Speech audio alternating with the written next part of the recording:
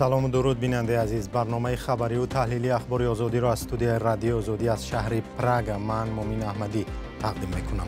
امروز 26 آگوست است. نگاه به سرخط خبرهای روز. مهاجران تاجیکی که از روسیه رانده شدند در وطن چی کار میکنند؟ نقل مقامات و گله مهاجران. خاپیدن همین 5 سال دپارتاسیا کردن روی کردن. همه حجت داشتن. نگرانی از جنگ کلان در خاور میانه. حزب الله و اسرائیل به همدیگر حمله کردند.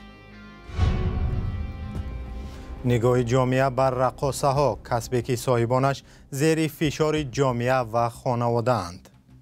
خونگی ها میگفتن همین رقص چون میکنی؟ این رقص آینده نداره، رقص آبروش پسته، رقص هیچ نداره. برنامه را با گزارشی از سرنوشت مهاجران سابق در وطن آغاز میکنیم. با ادامه راندن مهاجران تاجیک از روسیه و یا بازگشت اختیاری آنها بنابر اذیت و آزار زیاد در تاجیکستان، مسئله تامین لشکری عظیم مهاجران رانده شده با کار پیش آمده است. مقامات تاجیکستان میگویند کار زیاد است، ولی مهاجران سابق خودشان نمیخواهند در وطن و پیش فرزندان کار کنند. ولی شکایت خود مهاجران رانده شده دیگر چیز است. ارشاد سلیمانی و امیر ایسایف این مسئله را تحقیق کردند. ما پشتی مهاجران از بهتر نمودار کنیم، لیکن در حالتی که باید سرکشی میکنن، ما بعضی حالات را باور کنیم از شنبه آورده کنیم. اینجا نشست مطبوعاتی رئیس دنقره، زادگاه رئیس جمهور تاجیکستان است. بحث به کار تامین کردن مهاجرانی که از روسیه اخراج شدند. مقامات تاجیک برای به کار تامین کردن این افراد بهانه و روایت‌های گوناگون دارد. میدونید چی بگم؟ نقد در عثمان 30 سومونی 1 متر کوادراتی شتوکاتور اندوه 12 نفر یا 10 نفر میرن جمع میکنن 35 متر یک متر در این قدر، 2 متر در این قدر. اما شمسالله نجم‌الدینوف ساکن 39 ساله تاجیکستان که ماه می امسال پس از حمله به تالار کراکوس در ماه مارس از شهر کراسنودار روسیه اخراج کردند روایت دیگر دارد. او بعد 2 ماه بیکاری حالا در یک کارگاه خصوصی از صبح تا شام کار میکند و تنها نیمه شب فرصت یافت که با ما صحبت کند. 60 کس بودیم، 2 کس ما آزاد کردن، چیکار کردن؟ جواب دادن. یک تاش خیلی سوارشنلیل بود، یک تاش استودنت و جواب دادن. 58 کسی دیگر روی کردن. روسیه در سال 2024 فشار را بالای مهاجران زیاد کرد و روز در میان قانونگذاری مهاجرت خود را تغییر میدهد و سخت‌تر میکند. تنها در 6 ماه این سال 176,000 رید گذرانده 92,000 نفر را راند. طبق معلومات جانبی روسیه تنها در 6 ماه سال روان اخراج زیاده از 17,000 نفر به قید گرفته شده است. خاپیدن همین 5 سال دپارتاسیا کردن روی کردن. همه حجت داشتم. پاتنت داشتم، پروپیسکا داشتم، رجیستراسیون داشتم. شافیور کار میکردم.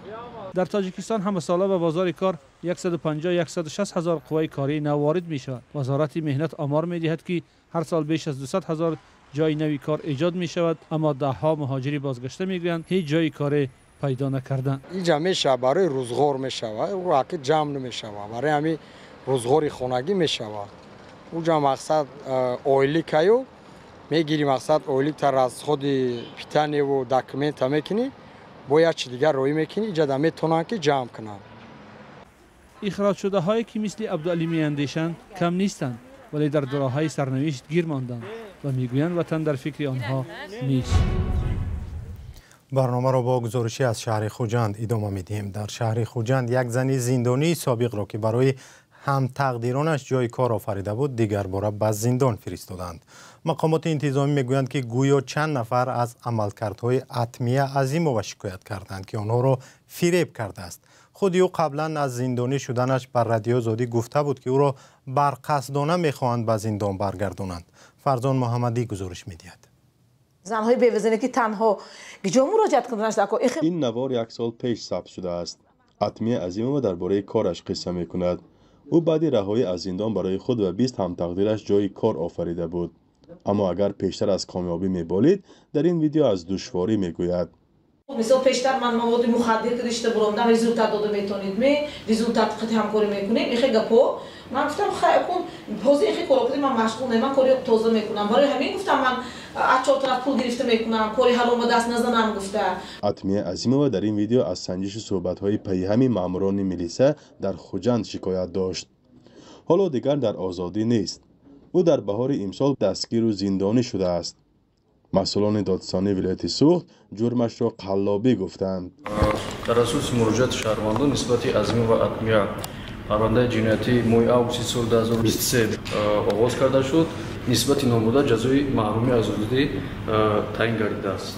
موقع خودش یا نزدیکانش به حکم معلوم نیست، ولی سال پیش میگفت که بر اساس شکایت 4 کارشریکش او را تفتیش دارند.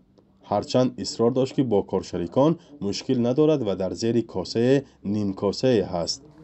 اگر 4 نفر جمع کنیم اگر گپ درباره 70,000 سوم میرد حاضر مثلا من محصولات همونو گردانده میتونم او شربی کلان نه مثلا تا 100,000 تا 200,000 من داد و گرفت میکنم کار خونم مثلا بور میگیرم بور میفروشم یک سیزونی که دیگه تو 400,000 بور دخته میتیم آدموا یک سیزونی ماترس دختگی ها موا. اتمیه عظیمova در سال 2013 با گناه قاچاق مواد مخدر 8 سال زندانی شده بر اساس قانون عفو پیش از مهلت آزاد شد. سپس کارگاه دوزندگی را برای همتقدیرانش تأسیس داد. حالا در این کارخانه‌اش با سندی بمهر و امضای مسئولان ناظران انداز بسته است. ساختمان بینای کارگاهی را که در ناحیه باباجان غفورов سر کرده بود نیز ناتمام ماند. حامیان حقوق انسان با توجه به قضیه اتمیه میگویند زندانیان سابق در تاجیکستان از جمله شخصان آسیب پذیر هستند. حق مراجعت هایی که محکوم شدگان اوید به دعوت شدن آنها پرسیده شدن آنها نظری منفی داشتن نسبت به آنها مراجعت میکنند میپرسند که چه خیلی باید باشد در کدام حالت ها نظارت کردن آنها را داشته است در دور قانون. در زندان و بازداشتگاه های تاجیکستان تقریباً 15,000 نفر را نگاه می‌دارند. تقریباً 500 نفری آنها زن هستند. بعضی از آنها بر اساس قانون عفو و برخی دیگر با پایان حکم آزاد می‌شوند. یک نگرانی سازمان ملل و سازمان‌های دیگر بیکاری زنان سابق زندانی در تاجیکستان است.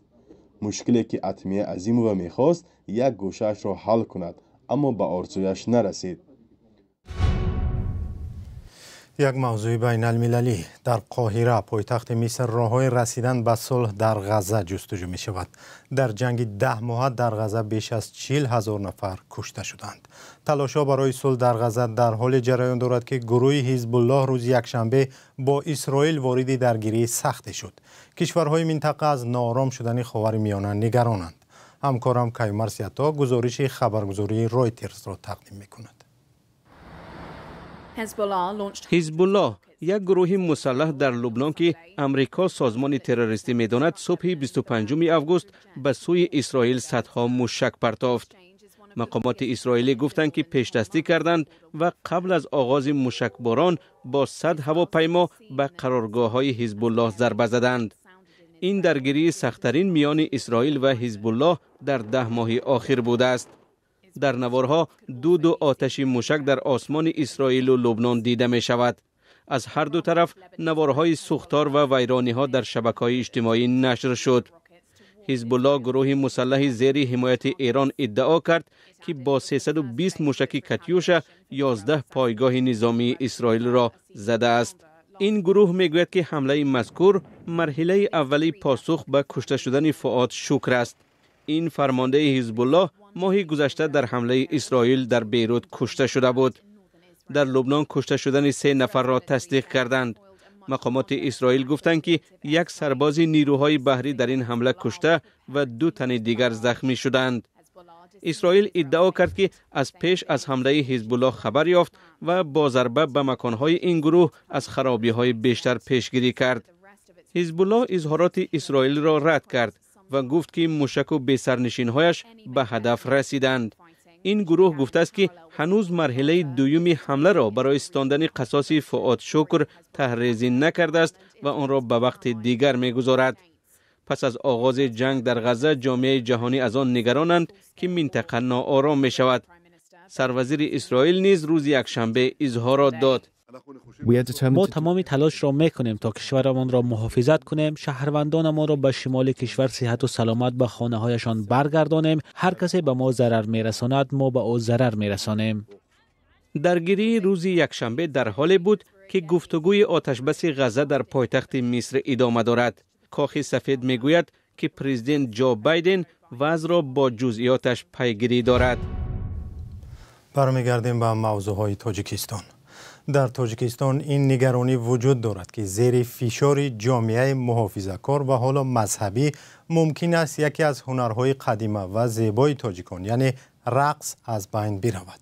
رقصیدن و رقاصی و رقاصگی سالهای اخیر به اصطلاح آبرویش را از دست داده است.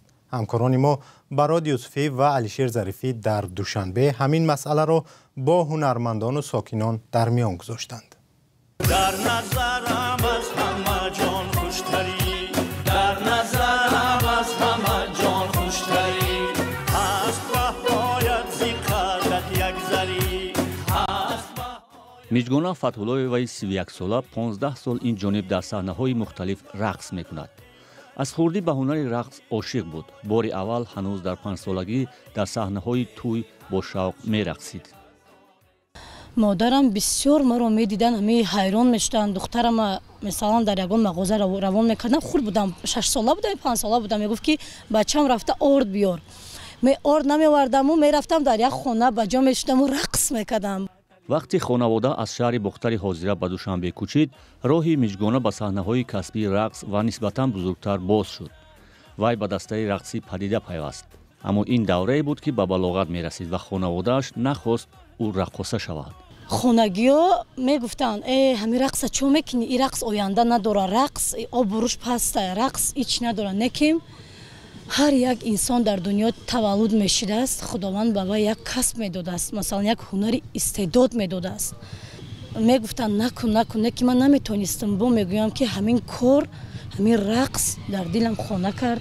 چندی از هنرمندان حرفه‌ای که تمام عمر در دسته‌های معروف رقصی تاجیکستان هنرنمایی کرده‌اند، نیز زمانی با چنین صدگذاری‌های نزدیکان روبرو شدند، ولی اخیراً این روند قوت گرفته است.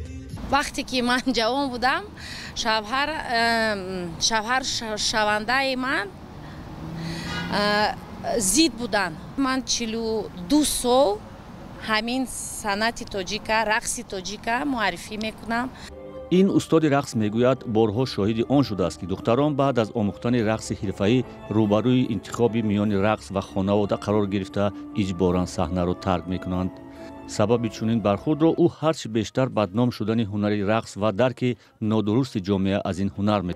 این استاد رقص میگوید بارها شاهد آن شده است که دختران بعد از آموختن رقص حرفه‌ای روبروی انتخاب میان رقص و خانواده قرار گرفته اجباراً صحنه را ترک میکنند. هستند که رقصایی که توی میگردن، توی همین در اینستاگرام و فیسبوک میبینیم، خودشون به حد پست نشون میتین. رقصاشون هم رقص نمیتونی گفتن. این رقص نیست، این مسخره هست. جامعه سنتی تاجیکستان درباره هنر رقص نظرهای مختلف دارند.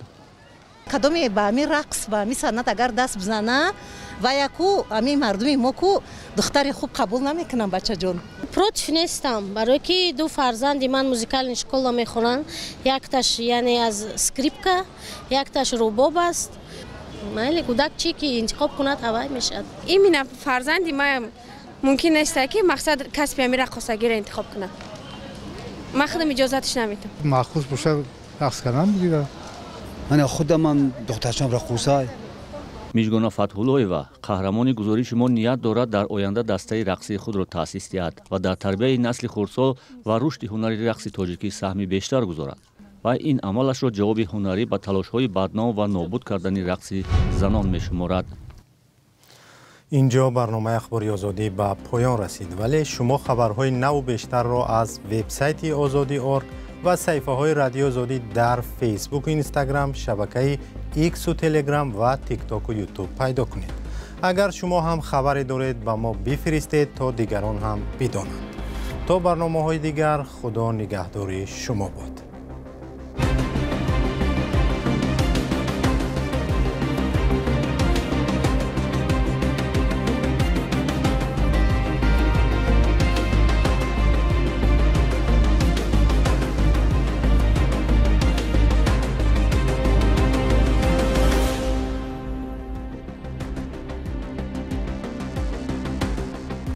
Radio Liberty, Praha.